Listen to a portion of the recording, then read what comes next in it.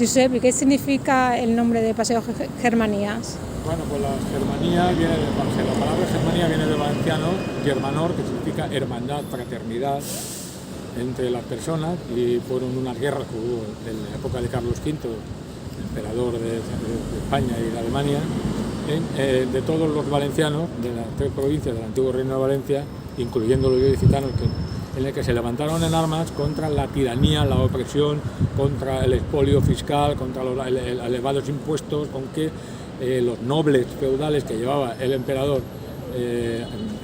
al mando, que tenían el poder, estrujaron al pueblo a base de impuestos y a base de muchísimas atropellos fiscales, económicos, etcétera, y se levantaron en armas.